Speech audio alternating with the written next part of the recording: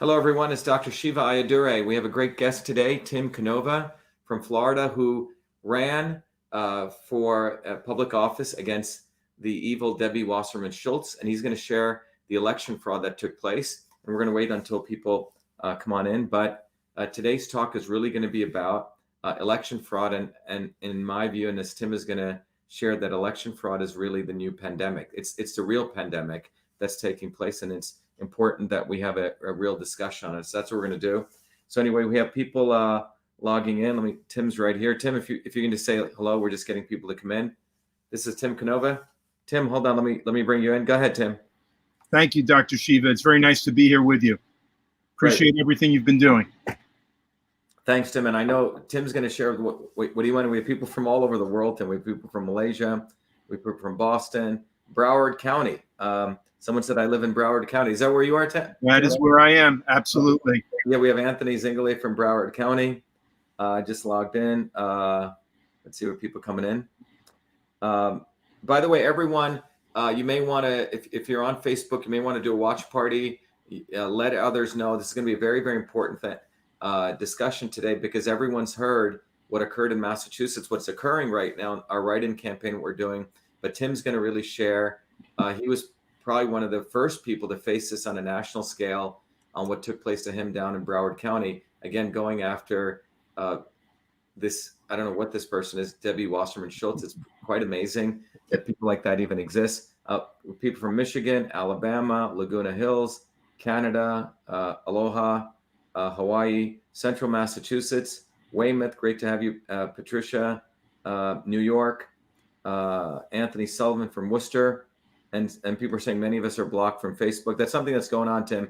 These guys are getting so afraid of us that they're starting to just essentially try to choke us over. Pembroke Pines, Montego Bay, Jamaica, Boston. Good to have you. Texas, Alex Martin, Los Angeles, Baton Rouge, North Attleboro, Massachusetts. Great to have you on.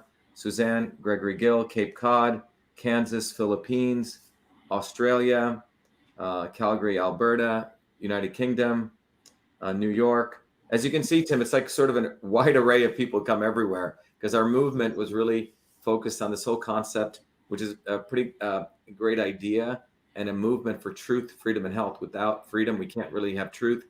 Without truth, we can't really get down to the problems of what really drives the health of our infrastructure or our body. And then without health, we can't have the strength to fight for freedom. Wichita, Kansas, New Jersey again, Massachusetts, Phoenix, Arizona, New Jersey. Great.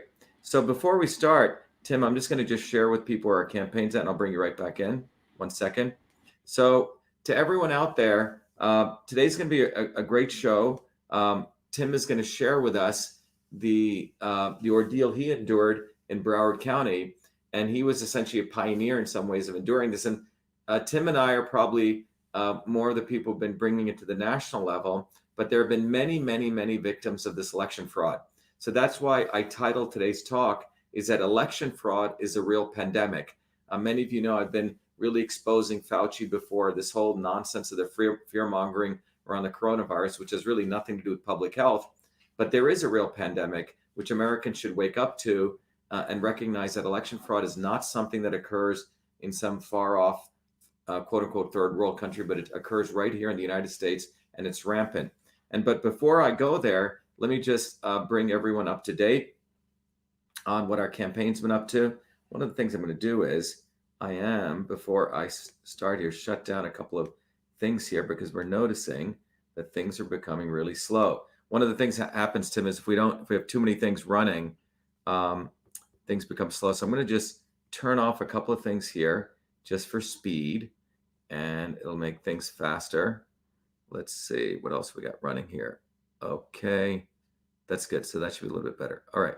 So let me just share with you people what's going on with the campaign. As many of you know, we have moved our campaign. We're escalating our movement for truth, freedom, and health to a write-in campaign. So those of you who want to support us, please go to shivaforsenate.com, and you can go to SHIVA for Senate.com. And as you know, I always like to point out a couple of things. One is, many of you out there, let everyone know that they can write in for our campaign.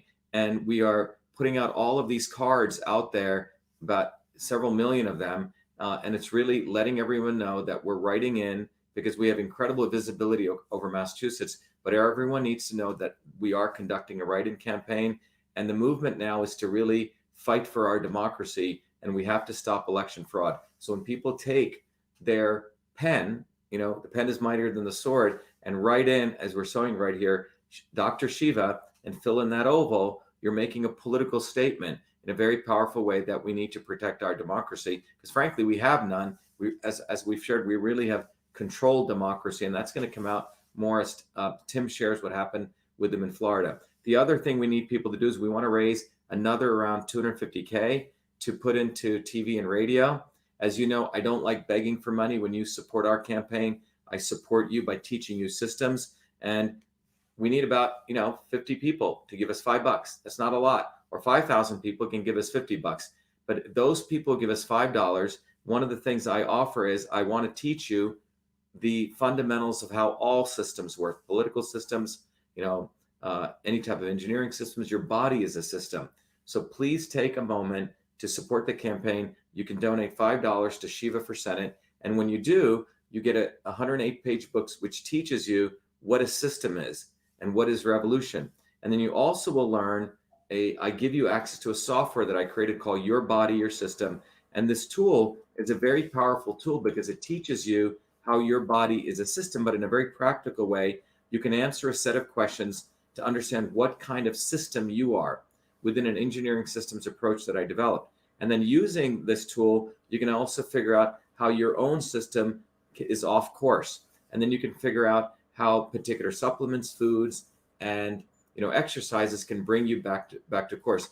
This is an educational tool that'll actually teach you the fundamentals of every system. If a political system, has a particular course, which is truth, freedom, and health, how the forces of power, profit, and control can take it away, and how we need to put in the right inputs to get it back. So please take advantage of this. And those of you who donate $50 or more, I have a very powerful tool that I created called Systems Help. It's a series of 5 courses which really teaches you and can help certify you so you can become a teacher of systems thinking. There's 4 courses. I normally offer this for $250, and you can actually get a book.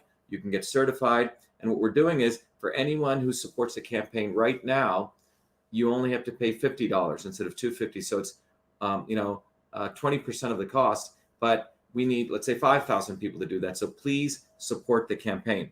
Again, our goal here really is to educate people on the power of systems, because if you can understand systems, everyone can start becoming a leader in their own communities. And then finally, what I wanted to let people know is you can also do something very, very simple. Is you can volunteer to support the campaign.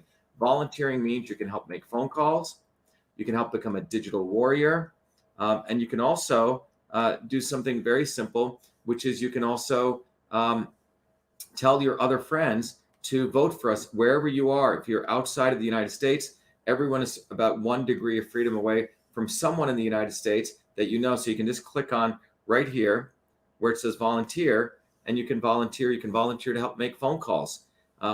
We need hundreds of people to make phone calls, so you can join the campaign right here.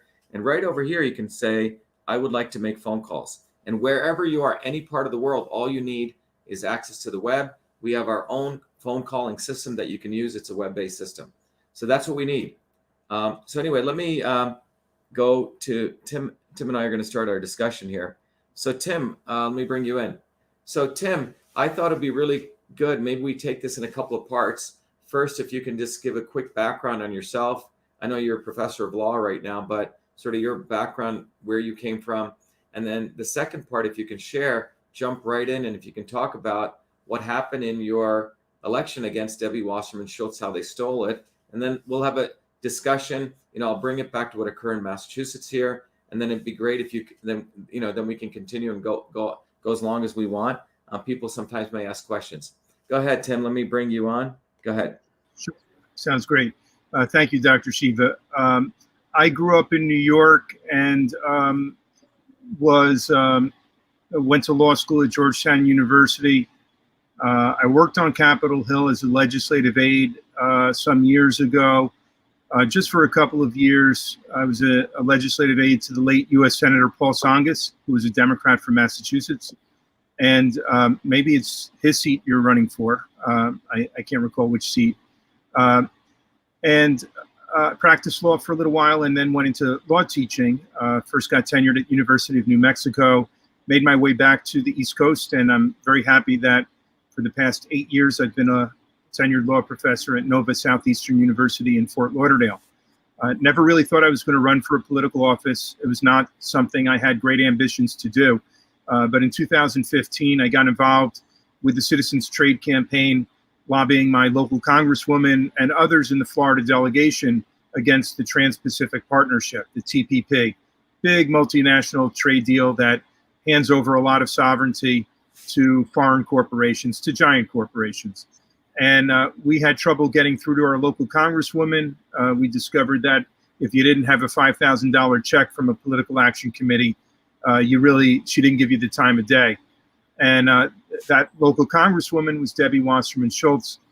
She was the only Democrat in Florida's House delegation to vote to fast track the TPP, at which point the folks I was working with in the Citizens Trade Campaign were hoping that we could find somebody in Florida who would challenge her in a Democratic primary. It's a gerrymandered district. It's, I think, 40 or 45% Democrat, about 35% independent, and maybe 25% Republican. We had trouble finding anyone who wanted to take on Debbie Wasserman Schultz because she was the chair of the Democratic National Committee at the time. And I should back up and say, as a legal scholar, I worked a lot on international trade issues and also central banking. In 2011, I was appointed by Senator Bernie Sanders to a select advisory committee on reforming the Federal Reserve. And when we were looking for someone to challenge Debbie Wasserman Schultz, of course, the presidential race of 2015 was going on, and it became increasingly clear that Wasserman Schultz was putting her finger on the scales at the DNC to help Hillary Clinton overcome the insurgency from Bernie Sanders. It also became clear that she was becoming the most unpopular political figure, perhaps, in the Democratic Party, maybe except for Hillary Clinton at the time. And anyway, I got talked into running, and I allowed myself to get talked into it. I thought the campaign could raise a lot of money the way Bernie Sanders was raising money in small donations online. In early January 2016, I announced I was running, and in no time at all, the campaign started going viral. I'll just make a long story short and say that it went viral. We raised about $3.8 million from 209,000 individual donors around the country, with an average donation of only $17. At the time, it broke all records for highest percentage of small online donations for any candidate for federal office. I think over 75% of our donations were under $200 or less.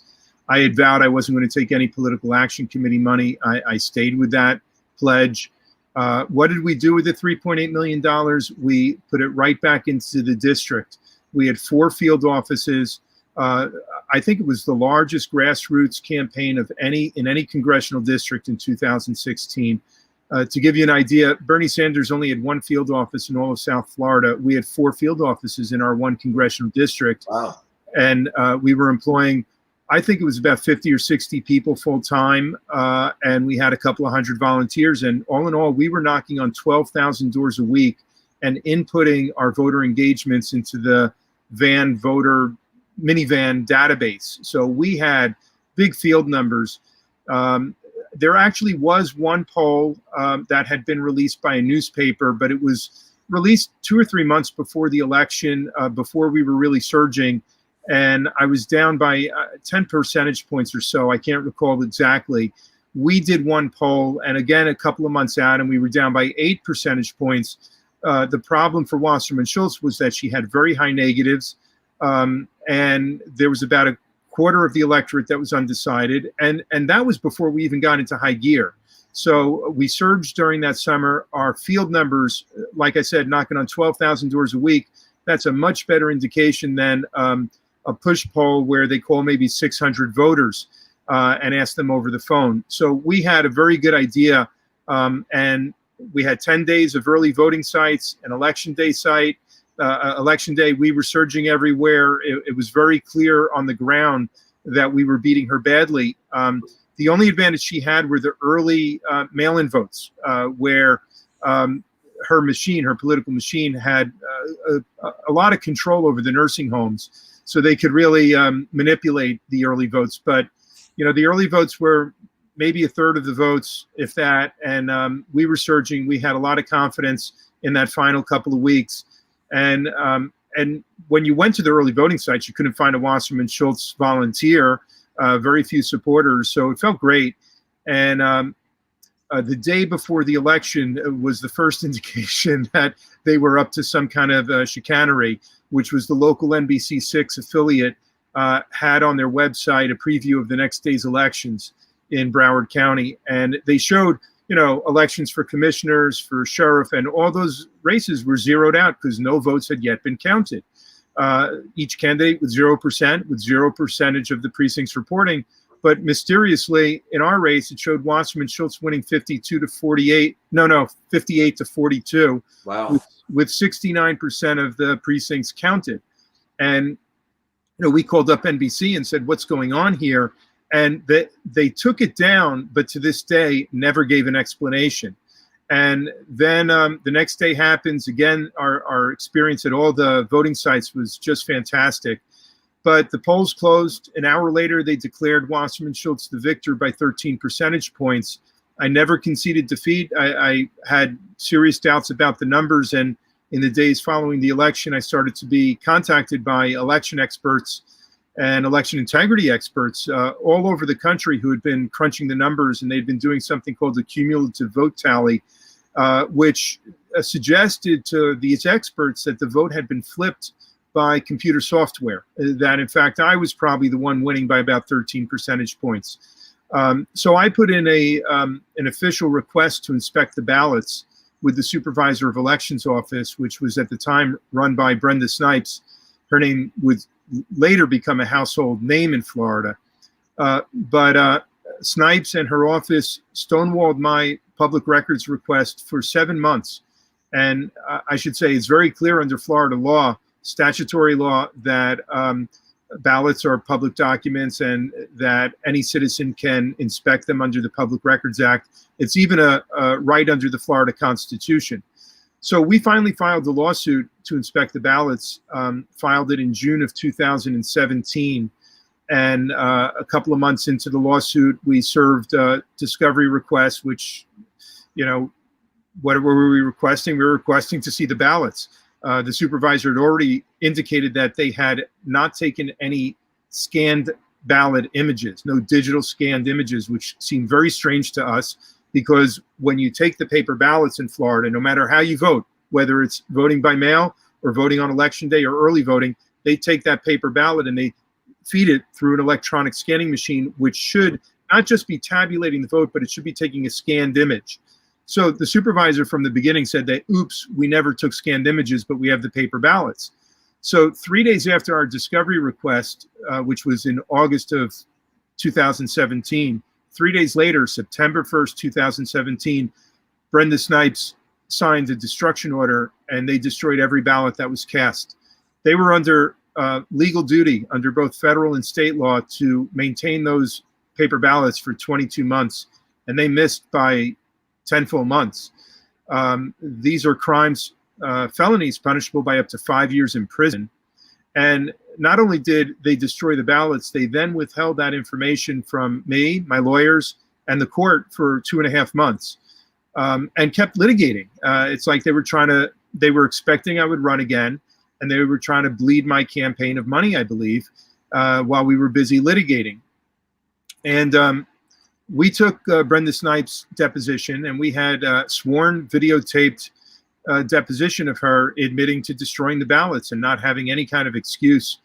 The judge in the Florida 17th Judicial Circuit in May of 2018 granted a summary judgment, which essentially just allowed us to recover attorney's fees for my lawyers. And what I wanted were the paper ballots. They were gone. There was nothing that could be done at that point. And after they admitted destroying the paper ballots, they claimed they actually had digital scanned images after all. So you didn't know what to believe. You know, who's creating the digital scanned images? These election machines here are run by and sold by Election Systems and Software, ES&S, one of the three big giants that dominate the industry. And of course, we wanted to know more about this firm, and all we could find out really was that it was owned by a private equity fund called the McCarthy Group, based in Omaha, Nebraska. It's not a publicly traded firm. There's very few disclosures. There's no transparency in this whatsoever. And well, the judge ruled for us and put out a 10-page order and laid out all the laws, all the statutes that have been violated, including violated the simple, very fundamental litigation requirements that when you're in litigation, you don't destroy any of the documents that are relevant and documents that have been requested during discovery. And we were hoping, of course, when the judge's ruling came out, that would trigger renewed interest in what had happened to us, and that there'd be a law enforcement reaction. After all, these are felonies, as I said, under both federal and state law. And to our great frustration, the governor of Florida at the time, a Republican, Rick Scott, refused to get his Department of Law Enforcement involved. And my lawyer spoke for almost 2 hours to the acting U.S. attorney in South Florida, a man named Benjamin Greenberg at the time, who was very excited. This was an open and shut case. I mean, prosecutors' dream. It's being handed to them on a silver platter with a bow tied around it. We got like I said, a sworn videotaped confession. We've got documentary evidence, showing, and Greenberg looked like he was really motivated didn't have to investigate much, just prosecute. And if you prosecute Snipes, maybe you cut a plea bargain with her and get her to sing and see who else was involved. But Greenberg went up to Washington, D.C. for a week of meetings at the Justice Department, as we were to later find out. Was Greenberg the U.S. attorney in Florida? He was the acting U.S. attorney at the time, yes, sir. Okay. And when he went to Florida, he had a week of meetings at the Justice Department including the Deputy Attorney General, Rod Rosenstein. And he came back to Florida and suddenly had a lot of reasons why they couldn't prosecute. So my lawyer, who, to find an election lawyer when you're running against the head of the Democratic National Committee, all the Democratic election lawyers were conflicted out, whether I could trust them or not. So I had a very good Republican election lawyer, and he was tied into a lot of Republican politics in Florida. And I asked him, how come none of the Republicans seem willing to investigate? They should be just so excited to try to break up the Wasserman Schultz, political mafia here. And he got back to me after a couple of weeks, and he said I could expect no help from the Republican Party of Broward all the way up to Tallahassee, because they have the same friends as Debbie Wasserman Schultz. And the more we spoke about it, it was clear the friends he was talking about were the corporate lobbyists that represent the interests that have dominated Florida politics for more than half a century. The big sugar interests and Florida Power and Light and Nextera, the big energy companies. So here I was by then, a candidate running against her as an independent. Not a single Democrat had spoken out about this blatant fraud in a Democratic stronghold. So I ran as an independent in 2018, and we raised less money, but we still raised over $500,000, and we had a lot of name recognition, and Wasserman Schultz was no more popular. We had heard through the grapevine there were Republican polls out there, RNC polls, that were showing that Wasserman Schultz had a low ceiling, that she couldn't break out of around the 35% area because her negatives were so high. So that a three-way race was winnable, we hoped. Then about 2 or 3 weeks before the election, from my recollection, the Floridian Press reported a poll that showed a dead heat, 34%, Wasserman Schultz and myself, with the Republican at 13% and about a fifth of the electorate undecided. So we had great hopes. And if I could just back up and go back to the 2016 race, when those ballots were destroyed, I went back and looked at our final field numbers, which I mentioned were based on knocking on 12,000 doors a week through the summer heat for week after week. And what I found was those who were identified as strongly for Wasserman Schultz, combined with leaning to Wasserman Schultz, were only 5,112 voters. These are among likely voters that we had made contact with on numerous occasions, numerous door knocks. So 5,000 plus leaning to her, strongly for her. 8,746 leaning to me. 13,136 strongly for me. And 14,589 undecided. Wasserman Schultz could have gotten every undecided voter. We still would have won that race. So I think that spoke a lot louder than any polls of 600 people on the phone. Well, back to 2018, we were closing fast. There was the Floridian press reporting that it looked like a dead heat down the final stretch. It was hard to say what was going to happen, but we worked real hard in those final few weeks, and we had a lot of volunteers. The momentum certainly seemed to be going our way again at the end. If I had won, I would have been the only independent elected to the U.S. House of Representatives, in Congress. Anyway, the polls close. An hour later, they declare Wasserman Schultz the victor. She's suddenly the most popular Democrat in the entire state of Florida with 59% of the vote or something like that. And I had 5% of the vote, which, of course, to us seemed ridiculous. It was not believable. And the experts started to zero in on the numbers and look at them closely. And they saw I didn't just get 5% of the vote throughout the district. I got 5% in every demographic group, among whites, blacks, Hispanics, males, females, Democrats, Republicans, independents, and every precinct, regardless of size, in the district. The chair of the New Jersey Institute of Technology, Department of Computational Science, a very well-credentialed expert named Dr. David Bader, took a look at these numbers, and he said that they were mathematically impossible, that they were as unlikely as winning the lottery every day for a year.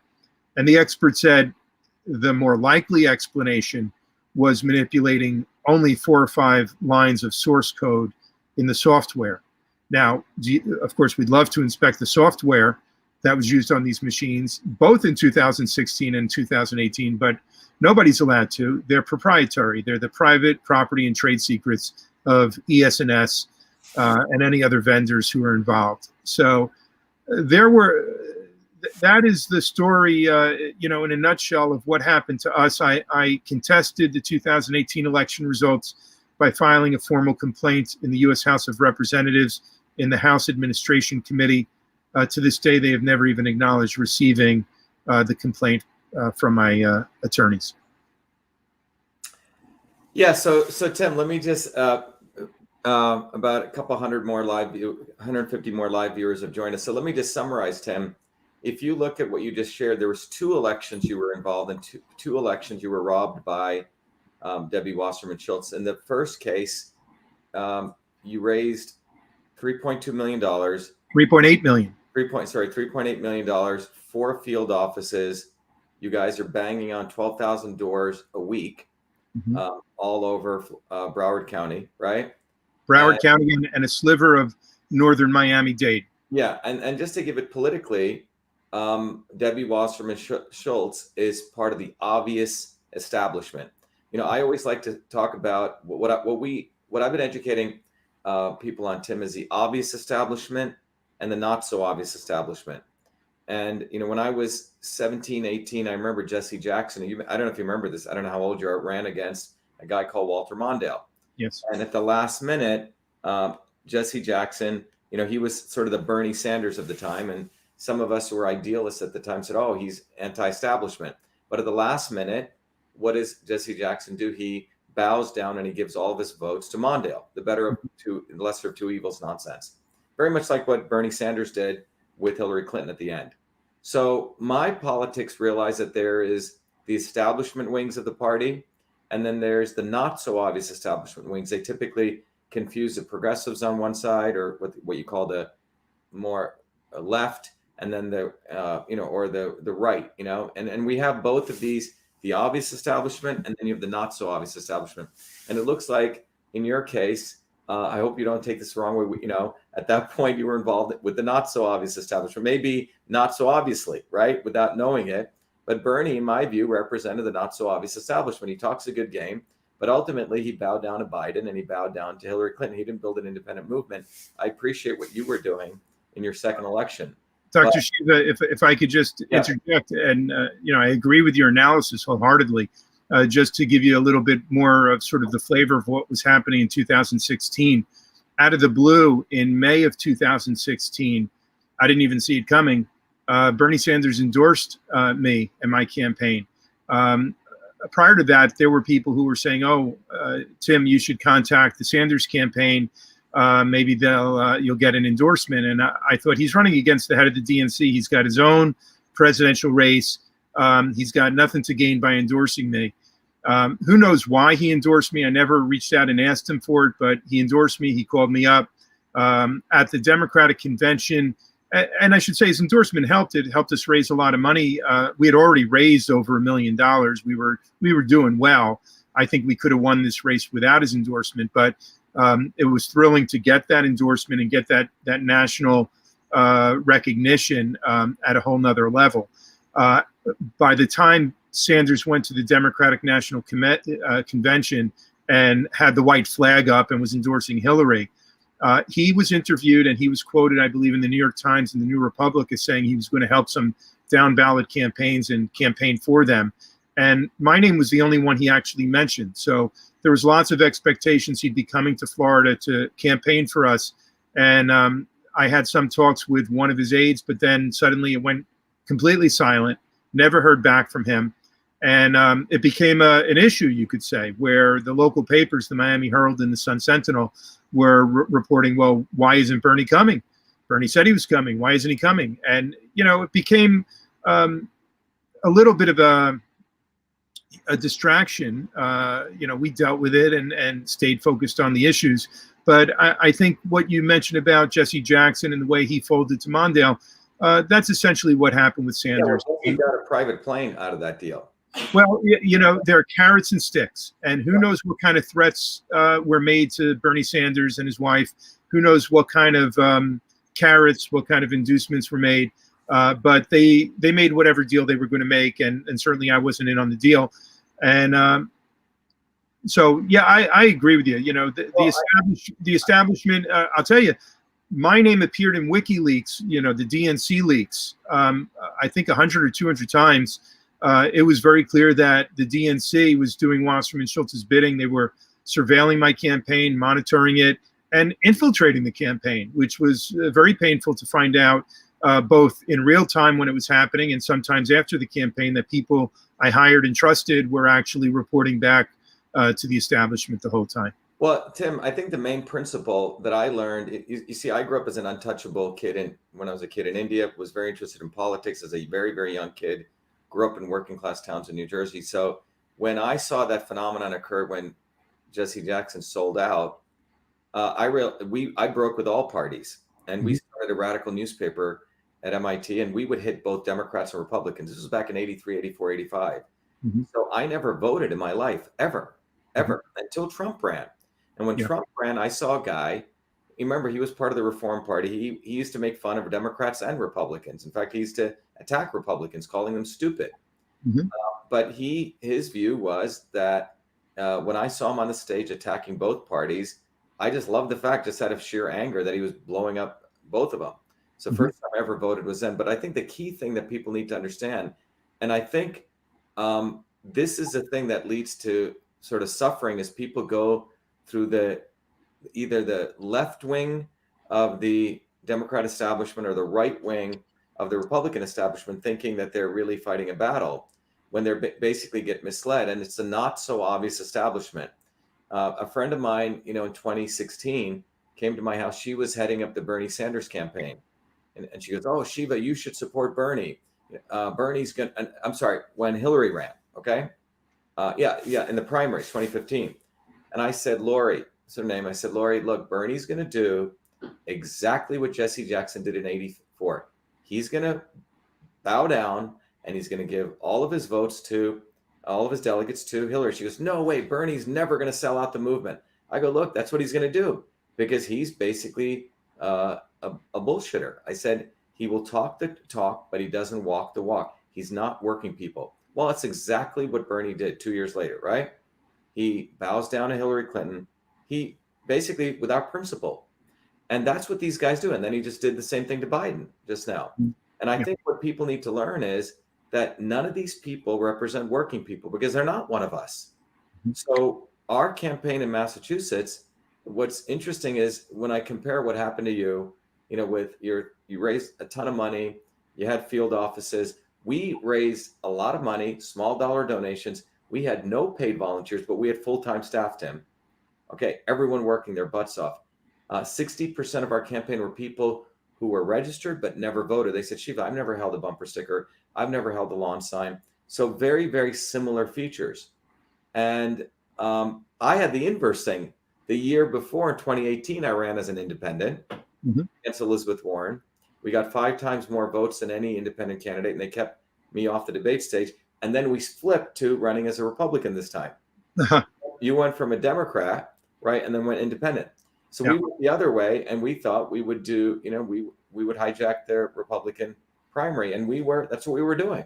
Yeah. We had all of our polls said 66%. We have all the data that we were going to win, and this other idiot who was nowhere to be found, no campaign, no lawn signs, no bumper stickers. No one even heard of this guy. Yeah. And so it's very, very similar, but the difference, I guess one of the differences here is that we had no illusions in many ways about these guys, in the sense that we knew the Massachusetts GOP was full of crap, right? We knew they didn't like us. They were going to screw us. And I think what's interesting in your case is you were going after the machine, right? Debbie Wasserman Schultz is the machine. And most people don't go challenge that, and sort of similar to what we did with the GOP machine. Yeah. And I think the machine on both sides, Republican and Democrat, are one. Yeah. They have, you just mentioned they were with the electric companies. I forget the number of the other companies. They ultimately do horse trading, and working people get screwed in those horse trades, and we get nothing. Yeah. So, Dr. Shiva, I was a lifelong Democrat. I grew up in a working class, bedroom community of New York City. I had on Long Island. And I went to John F. Kennedy High School, and Kennedy was sort of a hero, and so were the Roosevelts. So I had been a Democrat really most of my life, my entire voting life, until 2012, in which at that point, I'd been writing about the Federal Reserve and Wall Street for years. And when the Obama administration turned to Larry Summers and Timothy Geithner and embraced Wall Street, I lost my enthusiasm for the Obama administration, and I became an independent in 2012. I only changed back to Democrat when I ran against Wasserman Schultz. I thought we could take her down in a primary. She had never had any kind of opposition. I had been supportive of the Bernie Sanders campaign. In hindsight, it makes a lot of sense, but at the time, what happened makes a lot of sense. But at the time, I had a lot of hopes that there was a big movement in this country, that so many people were tired of the insiders and so tired of the establishment. And in 2016, Sanders and Donald Trump represented the outsiders. And of course, I was hoping Bernie Sanders would be the president who would kill the Trans-Pacific Partnership and take on the Federal Reserve and take on the swamp. And it's been Donald Trump. And, that's a hard pill to swallow for a lot of progressives. They don't want to believe it. Sanders, didn't just cave to Hillary Clinton and the establishment, but he's also repeated these talking points, these smears. It's very easy to call your opponent a racist and a sexist and to not talk about the issues. And that's really the low level of political discourse we've had for 4 years now. And the Democrats should have been focusing on the manipulated elections, the electronic voting machines, but why would they? This is what's kept them in power all of these years. It reminds me of George Carlin, the late George Carlin. He used to say, it's a big club and we're not in it. Yeah, exactly. And what's interesting is, Tim, because perhaps, I grew up as my early experience was an untouchable in India. And I saw how these politicians worked. Similar in many countries, you have the so-called liberal elite, or the equivalent of the Democratic Party. They come in and give the people free food and this and that, and they try to buy votes.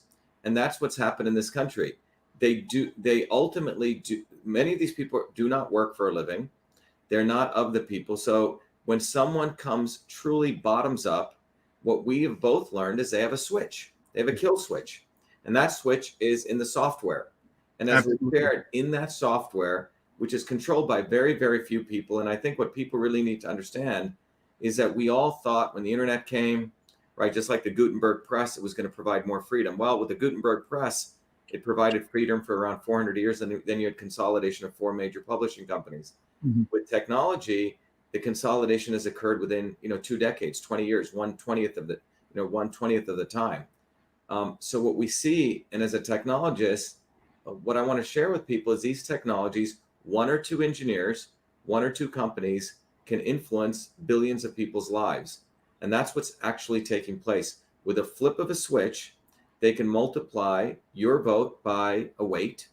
In our case, we've actually discovered what that weight was. Tim, our mathematicians have found out, in my case, the weight was 0.66, which is what they multiplied my weight vote by, my votes, and the other guy by 1.2. So that's why these guys don't care. In your case, with the independent vote, you said it was 34, and suddenly everything becomes 55. So I think what people need to wake up to is this is no different than some junta, some failed state, banana republic. That's what this is. Yep. They don't have to campaign. They don't have to do anything. Absolutely. And Dr. Shiva, in the closing weeks of my 2016 campaign, when our campaign was almost euphoric, I mean, we had victory within our reach. It certainly felt like victory. And I would ask my campaign lawyer, and I'd ask several of the other political professionals that we had, can't they rig the voting machines? And they'd always say, no, that doesn't happen. The state of Florida is on top of it. And I'd say, how do you know? And it really was it's like believing in Santa Claus. Yeah. People, they just want to believe. They don't want to believe that our elections are rigged. And yet the United States of America is the only major country purporting to be a democracy that has not banned the electronic voting machines now. And this is not some fringe conspiracy theory. The New York Times in February of, I think, 2017 had a major article in the New York Times Magazine by Kim Vetter, I believe her name was, and it was called "The Myth of the Electronic Voting Machines." It was all about the myth of the hacker-proof electronic voting machines. And it basically was that almost really any electronic voting machine, any of them, can be hacked or manipulated from the inside. There's an annual DEF CON conference for hackers in Las Vegas. And a couple of years ago, a 12-year-old boy from Florida hacked into the Florida voting system in 20 minutes. This is a disgrace. It's a national disgrace. We should ban these electronic voting machines. I do want to tell you a story about Clint Curtis. Clint Curtis was... Before you go to that, what I want to say is, look, I've been building enterprise software systems since I was a 14-year-old kid. I don't know if you know this. Do you know where 90% of security leaks occur in computer systems? No. They're insiders. So you don't even need to do hacking.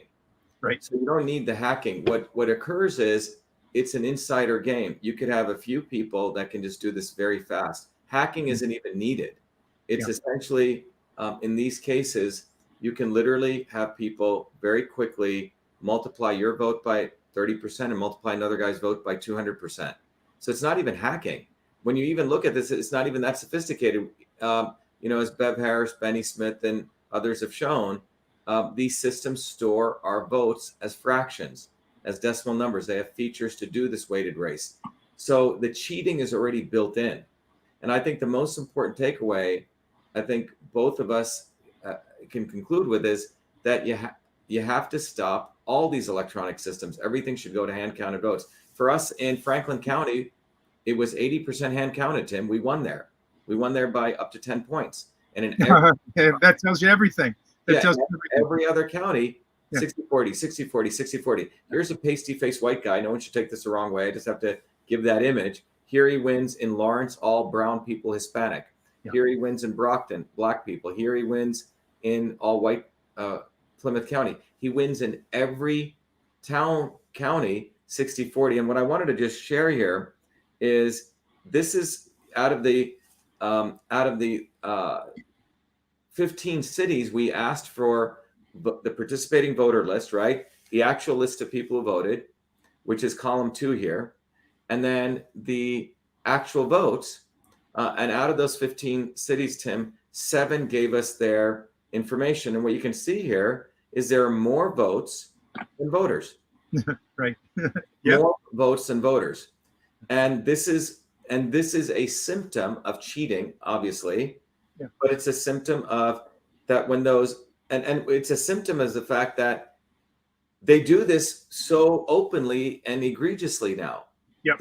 They don't even care if people find them out. In your case, I think you said this woman was found red-handed. She's burning up your ballots, and then it goes to the Fed, and the Fed doesn't even care. And Dr. Shiva, you need to really emphasize what you just said. You went to the Fed to show them they're violating federal law.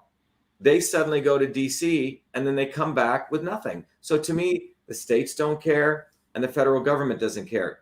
No one should have illusions. And I think I really like you to repeat what you just said. You went to the federal government.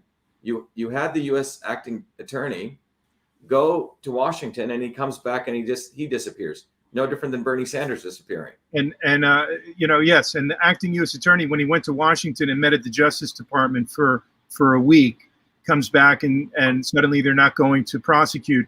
And like I said, he had been meeting with the Deputy Attorney General, Rod Rosenstein, the same one who appointed Mueller to investigate, the Russia conspiracy theory. Right. And, I argued that this was a moral hazard. When you allow criminals to get away with their crime, especially so blatantly and so openly, you're giving them an invitation to repeat the crime. And that's exactly what happened to us in 2018. I should mention in 2018, when the polls closed, one of my campaign volunteers was standing outside of a polling station and saw a line of cars driving up, and they were offloading the big blue satchels filled with ballots and loading them onto a rented truck. There was no sheriff's deputies, no chain of custody. I was told recently that the corrupt sheriff at the time had called off his deputies. The fix was in, and we posted that video. The video went viral and got over 2 million views in just a couple of days, and still no investigation. And then one other thing, those electronic voting machines in Broward County, the scanning machines where you take the paper ballots and you scan them through, and that's when they're counted right there at the voting site. Every single one of those electronic tabulators had wireless cellular modems on them. So they could be rigged from insiders. They can be rigged from outsiders. A wireless cellular modem, it's like not a back door, it's like a front door for hacking.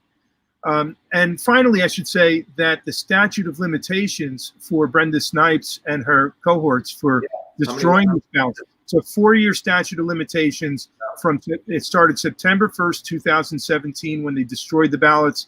That means the U.S. Attorney, the Department of Justice, or other prosecutors have until September 1st, 2021 to prosecute. And we still are hoping justice is going to be done. There is no democracy here in South Florida. There's so much energy. There's so many people who go out and vote. Of course, more people don't even vote. More people didn't vote in 2016, 97 million, than the 60 million who voted for Donald Trump or the 60 million who voted for Hillary Clinton. But so many people have their hopes up on elections, and these are not real elections. They're fake elections, and both parties are involved. And it does seem like the mafia, where they put out a map and they decide, okay, Broward County is for the Democrats to do whatever they want. The Republicans have these other counties. And every now and then, the mafia has a crisis when it's an election that's very close, and then they have to litigate it or somehow hash it out. Yeah, I think what's happened, Tim, is if I have I run a company. It's a technology company where we are trying to eliminate animal testing. Right, very interesting technology. And on my board, I have a guy who's a hardcore Trumper and another guy who's a liberal. Okay, Yes. Very interesting discussion. We had a board meeting and we started talking politics, but they both agreed on this one important point because they're both, reasonably smart guys, who are rational. And that smart point was that both parties do horse trading. And the example we talked about was Obamacare. And when you start looking at Obamacare, first of all, who did Obamacare help? It helped big pharma, big hospitals, big insurance, right? It was basically a captive audience that it delivered to those three institutions. How did Obama get that passed? A lot of people have not looked in that bill for Obamacare. There was the increase in the exemptions for estate tax, okay, from 3 million to 6 million. And no one understands what the hell's that's doing there. And this fellow John, who's a Trumper Republican, was saying, you know what? We screwed the working people. Because what really happened was one wing of the bourgeois, the establishment, which wanted to serve their masters in big hospitals, big pharma, and big insurance, needed to get that through. So they did a horse trading deal with the other wing of the establishment, who was getting very concerned. If you remember in 2012, to educate everyone, if you are very wealthy and you want to transfer wealth to your kids, there was a $3 million exemptions, which means you can transfer 3 million, 0 taxes. And in that year, a lot of the very wealthy people were transferring their assets very quickly to their children. In fact, it was the biggest transfer of wealth that took place in the United States because they were afraid Obama was going to cut that $3 million exemption. But what does Obama do? He doesn't cut it. He increases the exemption to 6 million. Mm-hmm. So what ended up happening was the U.S., frankly, the budget loses tax revenue. And this is what they've been doing. We have foundations that don't pay any taxes. So that's an example of the horse trading these guys do. Mm-hmm. And so the gerrymandering is very well organized. You get this town, you get this town. So in Massachusetts, Ed Markey and Joe Kennedy were the two guys that are running on the Democrat side. Here's me, not a lawyer. The other two guys are lawyers. The Republican governor, who's friends with the other two Democrats, finds another fool, another lawyer, don't take this the wrong way, but who's never heard of and who no one knows, to run against me, a working guy, right? An engineer. And what you see there, the reason they did this is because if you follow the money, because the Democratic National Committee and the Republican National Committee they only want to spend money where they really need to spend money. Right. So if they can obviate the need to spend money in a U.S. Senate race, which they have to spend $50 million. So here's Charlie Baker in Massachusetts, who's a quote unquote Republican, Rhino. The infrastructure in Massachusetts, by the way, got an F minus, yet he gets rated the top best governor in the country. Yeah. He strikes a deal with the Democrats, finds a loser. So he gets his favors done. Yeah. The DNC does not have to spend money on the U.S. Senate race, because if a guy like me wins the Republican primary, I'm going to destroy him, and they're going to have to spend a lot of money. Right. So I think people listening need to understand this is one club, and to your point, what George Carlin said, and we're not part of it.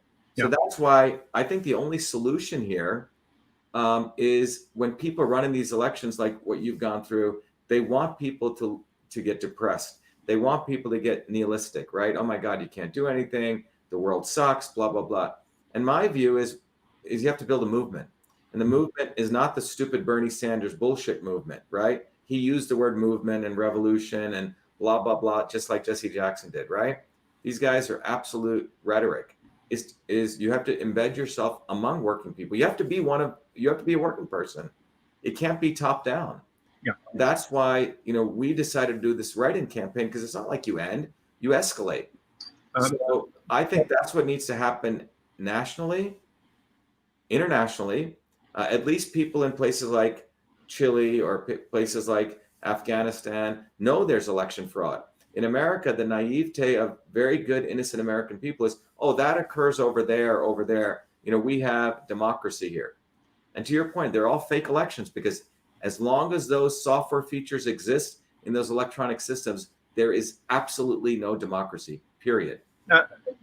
Dr. Shiva, I agree with you. I think that what's needed is a movement for democracy, a pro-democracy movement in this country that it spans the entire spectrum. because whether you're on the extreme right, the extreme left, or in the center, whether you're think of yourself as a Republican, a Democrat, an independent, a green, a libertarian, this is a rigged election system. And we all have an interest in fixing this, in reforming this system and making it work. I think your campaign right now, your writing campaign, is perhaps the most important campaign in the country right now. And I say that because the fix is in on these electronic voting machines. The way around it is to have write-in campaigns, which forces the election officials to count the ballots because they're write-in ballots. Now, it's not a guarantee that that will work, but that is probably the best that we can do in the present system. Well, I think Tim, what it does is, to me, you know, my great grandfather was an indentured servant. He ultimately said, revolution is education. Mm-hmm. But the education is not theoretical sitting and talking political science. It's getting your hands dirty, jumping in. And sometimes you have to fight to do the fight, knowing that the fight will expose other things that you can use to continue the fight. Yep. So if we just simply walked away, it would be stupid. So the write-in campaign will first of all expose to people that they should be participating. We have a woman down in Cape Cod, a volunteer, Marie Riley, you know, she said, you know, I have a lot of Democrat friends. And when I told them, because everyone knows we freaking won this election, they saw our signs everywhere. It's unbelievable. They said, we're going to vote for Shiva. So to your point, this is not about capital R, Republican establishment, or capital D. It's about lowercase r, lowercase d, lowercase independent, working people coming together across these very dumb party lines. And the slogan that we put forward, Tim, is it really needs to go beyond left and right, beyond black and white. Working people have to unite for truth, freedom, and health. And I really encourage, you know, some of the election people have called us. We notice even within them, you know, the election integrity people, they're still holding on to the Bernie side, or they're still holding on to the Democrat side, and they'll attack Trump viciously. Well, forget Trump. No one knows Trump, and you can't make judgments because no one knows people. But what people need to understand is that he was a necessary disruption. He threw a huge battering ram at the king's castle, and there's a big hole there now. And that hole gives an opportunity to rip it open. So, you know, I really encourage people, you know, who are listening to this, if you're a Democrat and you really hate Trump, let go of that. It's just bullshit. It's brainwashing. What you really need to think about is that working people in this country since 1971, since, you know, we went to the, you know, the petrodollar standard, are being squeezed. Up in 45 to 70, in 1945 to 71, all income distributions grew, right? But starting in 1971, except for the top 10% of the income distributions, the 90% of us, even if you're college educated, even if you got all this education, the incomes have shrunk significantly. So we have seen socialism. So when Bernie Sanders and all these guys talk about socialism, they have created socialism. They've created the conditions through this horse trading, socialism for the wealthy. We've seen $50 trillion get transferred from working people. The guy who makes $50,000 today should actually be making $120,000. So if you take that delta of 70K and you sum it up among all those people, it comes up to about 50 trillion.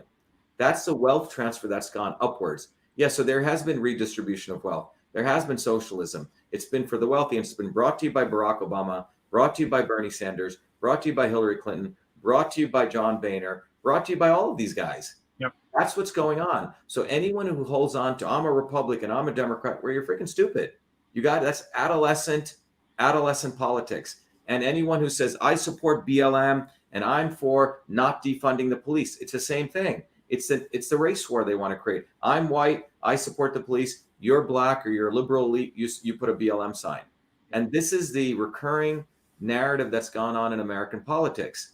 And people get very, very passionate about the not so obvious establishment wings. And that's the way suffering has continued in the United States, is because people don't break from both parties. Yeah. And that's why, you know, I'm a big proponent of building movement. So they're probably going to cheat. Let's be honest. They'll probably cheat. They'll probably throw away our ballots. But the fact is that every movement we make forward, and we're relentless, educates people, and more people get involved, and more people get involved, and we create a revolutionary force. That's why we want to do the write-in, Tim. It's not about winning on their battlefield. It's about winning on our battlefield, which is building a bottoms-up movement, and not the lying movement Bernie Sanders was talking about. He's a sellout. He sold out the movement. He was never a working person. You have to look at his history. He never worked. You have to go to, I mean, all of our campaign, Tim, are working people. Yeah. You know, no one got paid, Tim. Nurses, plumbers, electricians, small business owners, they would do their work and they'd come do standouts. I'm saying it cannot be built on political hacks, these movements. It has to be built on, and by the way, when working people come out, that's when you have a real force. That's when the establishment gets scared. When, you know, college students are doing, nothing against college students, they know that's sort of a, you know, vagrant crowd, right? One day they'll be into it, another they don't. But when a nurse who leaves her job comes out to hold her sign, that's a commitment they're making. Yeah. Dr. Shiva, in 2016, we had people coming from all over the country, some to get paid, awesome. Some not even for money. And that happened in 2018 as well. People from all over the country descended on our district and volunteered for us. So I know exactly what you're saying. There's nothing like a grassroots movement. And, you know, I've been criticized in the press and by the establishment as some kind of a sore loser. And the fact is, I'm not all that sore. I am very happy. I love living in South Florida. I consider what we did to be so important that we exposed this corruption. And that's what you're doing right now as well. This all has to be brought to light. It has to be exposed. The reality is, had I won that election and been in Congress, I wouldn't have been able to get anything done. You know, both parties are top down, and I wouldn't have been able to shake the agenda at all. You know, Tim, what's interesting that you say is there are the not so obvious establishment in the establishment, if that makes sense. So, and you'll notice that all of these guys have a limit that they will not expose the establishment. You know, they'll talk a game, those people. So even so Tucker Carlson, for example, won't touch this, right? Because he watches which way the wind blows, right? Remember, he didn't support Trump in the beginning. He started supporting him later on. So all of the establishment media, people say, well, if we do this lawsuit, maybe the media will cover us. That's the wrong way of thinking. Right. It's neighbor to neighbor. Yeah. It's the brainwashing that has taken place, and it's like you're living in a cesspool, right? Yeah. It affects people's minds where people start judging their victories and their successes by the oppressor's rule book. Yes. Absolutely. And my experience confirms a lot of what you're saying. You know, I was all over CNN and MSNBC and Fox in 2016, and even into 2017 and 18 was still a welcome on Fox, at least. I was being censored on liberal media, on MSNBC, shadow banned on social media. But it's funny, when we won our ballot destruction lawsuit, Fox suddenly didn't want to cover us at all. So that confirms exactly what you were saying. You know, I do want to mention, in pointing towards a solution, and I know you and I spoke about this very briefly, the experience of Clint Curtis is an interesting one. Clint was a computer software programmer, and this is around the year 2000, when the company he worked for, I think Yang Industries, was retained by Tom Feeney, a Republican Speaker of the Florida House at the time, asking if they could design a software that would flip the vote and change an election outcome.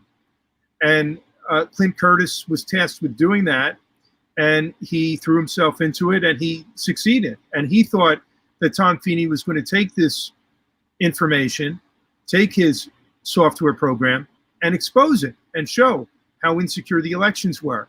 And to his horror, no, it was the opposite. He suspected that Feeney was using it to rig elections, and Clint Curtis blew the whistle. If you look online, I think on YouTube, there's his testimony before the House of Representatives, the U.S. Congress in 2004. And Clint is running for Congress in Florida's 6th congressional district. He's running as a Democrat. There's a lot of issues I strongly disagree with him on. I just tell you that right up front. But when it comes to election reform, he knows what he's talking about, and this is what he proposes, is to have open source software on the electronic machines, but only for an initial unofficial count of the vote. And then the official count is being done by the hand counting of paper ballots, like they do all over Europe, any country that considers itself a democracy. They count the ballots in public by hand and report them at the local precinct level immediately. So it minimizes the ability to rig on a wholesale basis the way you can with rigging the software of electronic voting machines.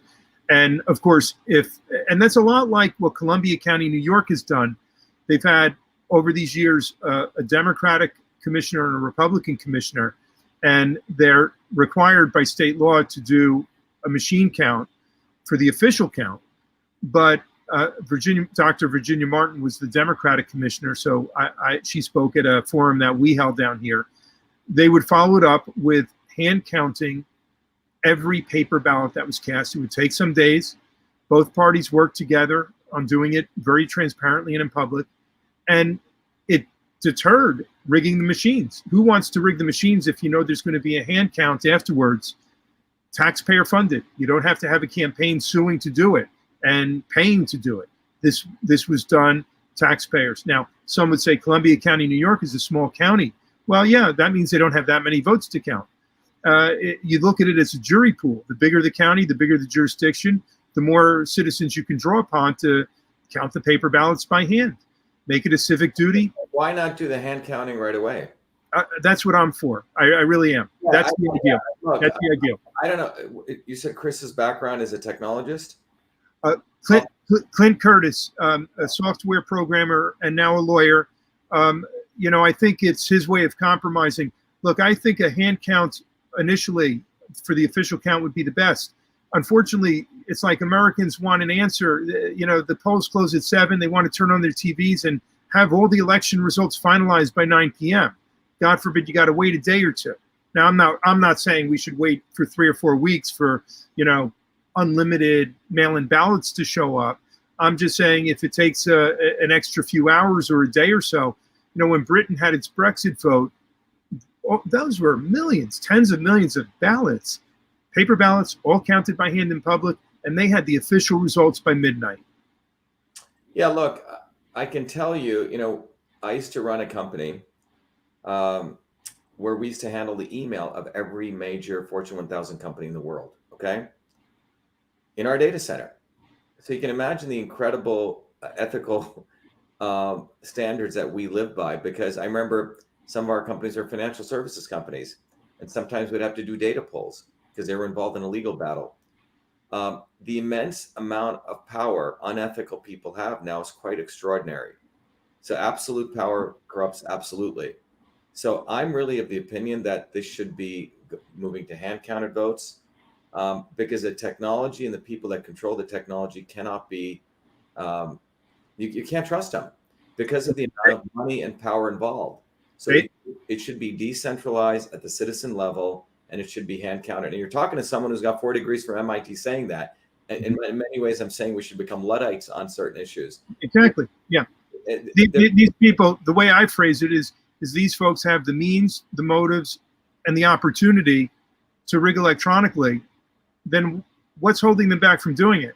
The only thing that would be holding them back is if they've got some kind of ethical code, and there's no reason to assume they've got any ethical code that would deter them from rigging elections. And the thing is, people, for example, attack countries like Venezuela. Well, in Venezuela, there's voter IDs and you get a receipt. In India, you get a receipt, okay? There's no receipts. The system, the input to the system is flawed.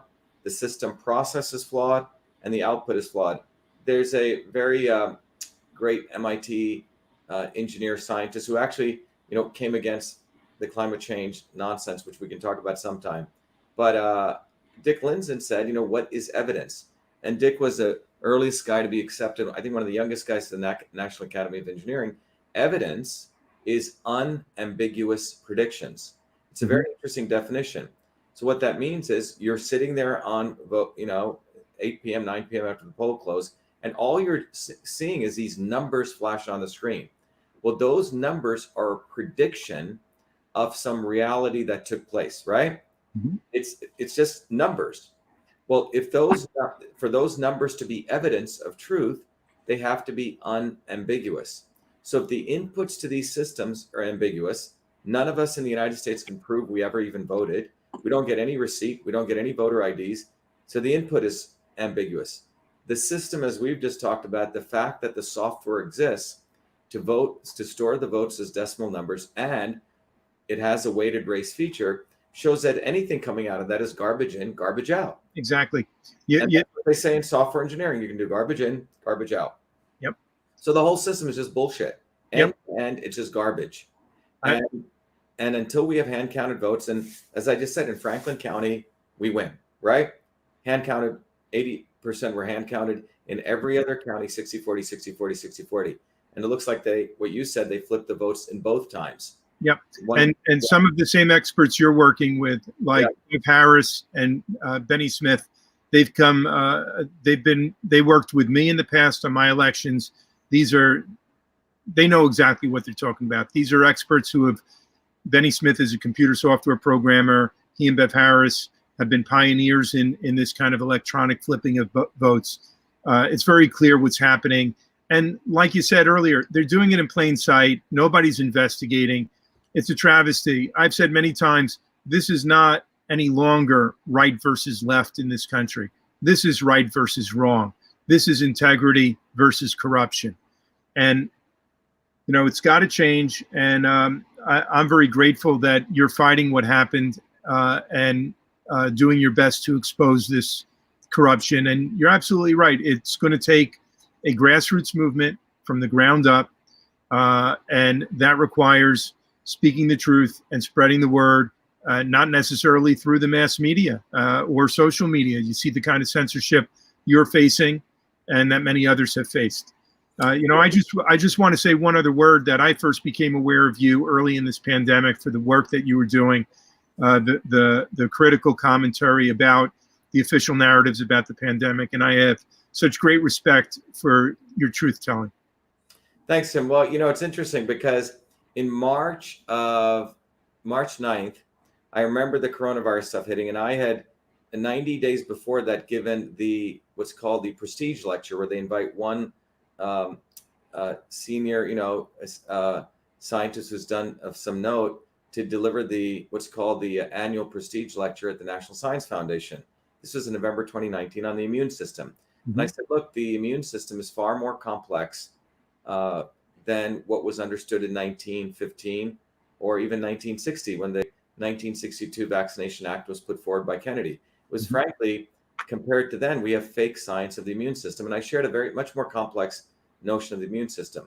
So when I saw this coronavirus thing come in March, I did a tweet. I think it got like 30,000 retweets. I think went to like 10, 20 million people, which basically said that this will go down in history as one of the biggest fear-mongering hoaxes. As someone who studies the immune system, I can say this emphatically: it will be used to destroy economies, push mandated medicine, and suppress dissent. And that's what it's done.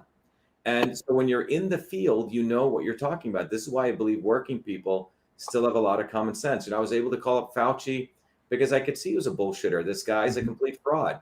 And now putting on my other hat as a computer scientist, as someone who has 4 degrees from MIT, has a math knowledge, to me, I find myself in an interesting situation because the coronavirus, it's my PhD in biological engineering, which helped me go after Fauci. And now it's my computer science background. What I wanted to share with you was we have this very interesting data. So one of our guys did this analysis. And then I had another friend of mine who's an actuary. As people know, actuaries are the guys who do predictive analysis to figure out for all the insurance companies, right? So their numbers have to be accurate. So what we noticed something fascinating, that when you do this vote analysis, as you know, the cumulated vote average, you notice that, if you look at votes over time, so if you got 60% and I got 40%, after a certain number of votes, that percentage should stay flat, right? It shouldn't increase or decrease.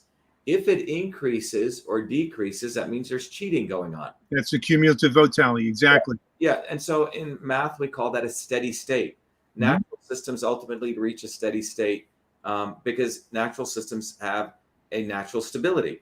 Unnatural systems have an instability. They keep going, they diverge. Okay, and that's what you see in these systems. The interesting phenomenon that we've noticed in Massachusetts is typically the election integrity people are talking about, they've seen the cheating, but they haven't been ever able to figure out the percentage flipping. We got very lucky in Massachusetts in one of the counties where there was high frequency of low number of votes before the divergence occurs. We can actually see this flipping. And so one of our guys discovered this. And then this morning I had someone else completely independent, this guy who's a mathematician, actuary, who does this for the biggest insurance companies, review the data. And this is what I want to share with you. And we haven't published this yet, so it's the first time people are seeing this. What you'll see here is quite fascinating. Here are my votes. Okay, so what you're seeing here is on the x-axis, you see the actual number of votes. And then the y-axis, you see the number of precincts that saw those votes coming in. So in this case, you see 26 precincts where I got one vote, because this is typically a Democrat set of cities. Then you see, so it goes from 26 one votes to 10 precincts where I only got 2 votes. And then it goes back up to nearly 28 precincts where I got 3 votes. And then it goes back down to 10 precincts where I only got 4 votes. But you see this flipping up and down, Tim? High, low, high, low, high, low, high, low. And it's going from an odd number to an even number, odd number to an even number. What's fascinating is it's 2 times more odd numbers than even numbers. So if you just step back, I used to like to do gambling, okay, because I can count numbers. It's like going to the casino and you can bet on the odd number and you have 2 times more chance of winning. Okay, that's what this is like. It's almost having a dice with the numbers 1, 3, 5, and 7, and this 2 and 4. Okay. This probability, we had another expert look at it, and I just gave you the analysis. And the other guy, so you see I have high, low, high, low, high, low, this pattern, very predictable pattern. The other guy only has 1 high, low. You see, far more random. This is, whether this guy was called Cock, great marketing guy. That's his website, okay? But you see high, low 9 times, and his is only once. Now the chance of this is 0.1%. It's called the p-value, okay? So when you look at this, is we were able to figure out, I don't know if I shared that. Did I share that screen? We shared this right here, okay?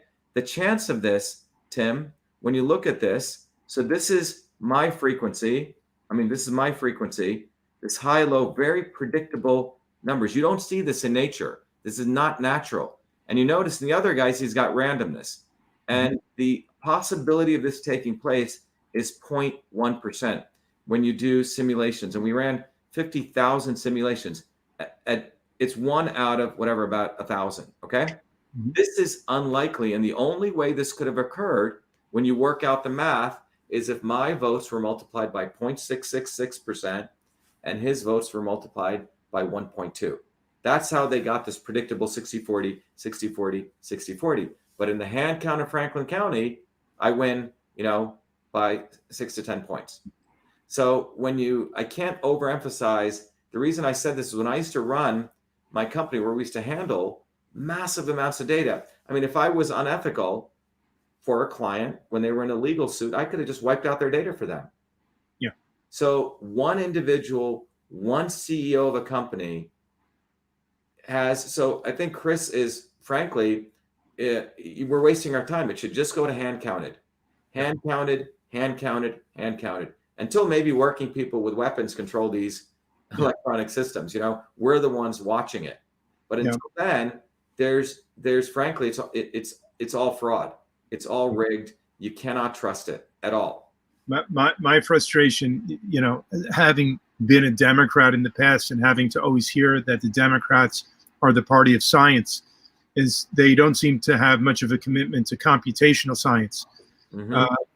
Suddenly, it's believe in Santa Claus, believe in whatever the outcomes of these inherently vulnerable electronic voting machines spits out.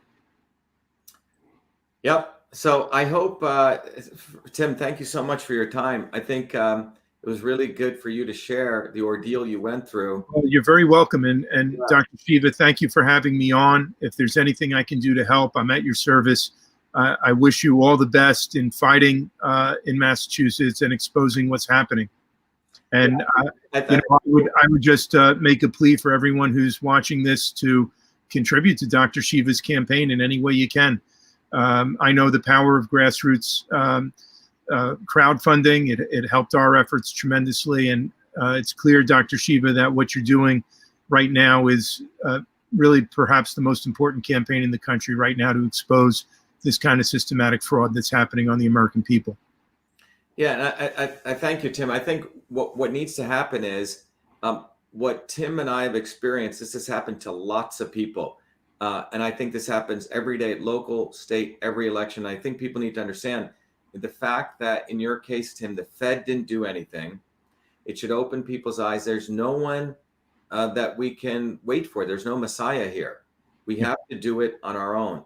And Tim, to your point, that's why I do believe our campaign is the most important thing going on right now, because the direction we're offering is the tip of the spear of a movement that goes beyond, I think Trump, what he did was a historic contribution that he made. I don't care if Donald Trump doesn't pass any bills in Congress. The fact that he made fake news a household term is a huge service. He should get probably 10 Nobel Prizes just for that. But what we are doing is a very well thought out campaign based on political theory, which is we need truth, freedom, and health. Freedom, the ability to debate and have discourse. When I exposed this, Tim, the Secretary of State called Twitter to shut me down simply for sharing communications which were public communications. So that's what you have. You have the collusion of the state with big corporations, big tech. And that is just about the definition of fascism. Exactly. The First Amendment, when you look at the discourse that took place, when the Bill of Rights was taking place between Paine and Adams, right, and Hamilton, was they had to concede the Bill of Rights, which was the anti-federalists wanted the ability to keep in check the government, the right to petition government, which with the right to critique government officials was one of the primary, if not the reason that the First Amendment was created. So here I'm exposing the Secretary of State, and the Secretary of State calls Twitter a liberal racist Jack Dorsey's company, and they shut me down. So I believe you have a lawsuit against the Secretary of State. Yeah, so that's one of the areas, that's a constitutional lawsuit. We're going to be filing that very soon, and they should be awaiting it, because Massachusetts, in my view, Tim, while this is pervasive, Massachusetts in many ways is the center of the deep state. If you look at the sewer that feeds Washington, all the political elite sometime walk through the 1 mile radius between MIT and Harvard, and for that matter, globally. Yeah. So I believe Massachusetts tests its insidious innovations there in some form, and then they disperse it everywhere. And so our campaign to Tim, whatever you can do to let people know, what I said is people can even donate $5. And by the way, when people donate to our campaign, Tim, as I mentioned, they get a cool ebook called System and Revolution. It's probably 40 years of my effort to teach people what a system is, what is revolution, and then they get an ability to apply those principles to actually help their own bodies. But it's not just about health, it's about understanding systems. So if anyone out there, everyone should do that. It's $5.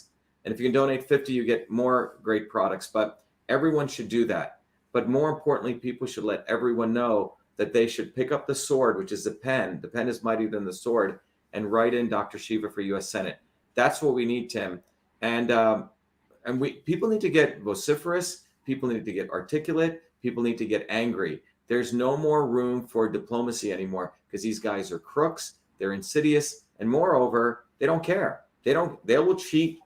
They'll steal, cheat right in the broad light of day. That's what they're doing. They did it to you. They're doing it to us. But you know what? We don't walk away. We're street fighters. We're going to go after them over and over and over again. Thank you for fighting, brother. Really appreciate what you're doing, Dr. Shiva. Thank you. Be the light, Tim. Let's keep in touch. Let's escalate this. Thank you. Have a good night. Be well. Hold on, Tim. Let me just end this and I'll come back to you. Thank you, everyone. Have a good night.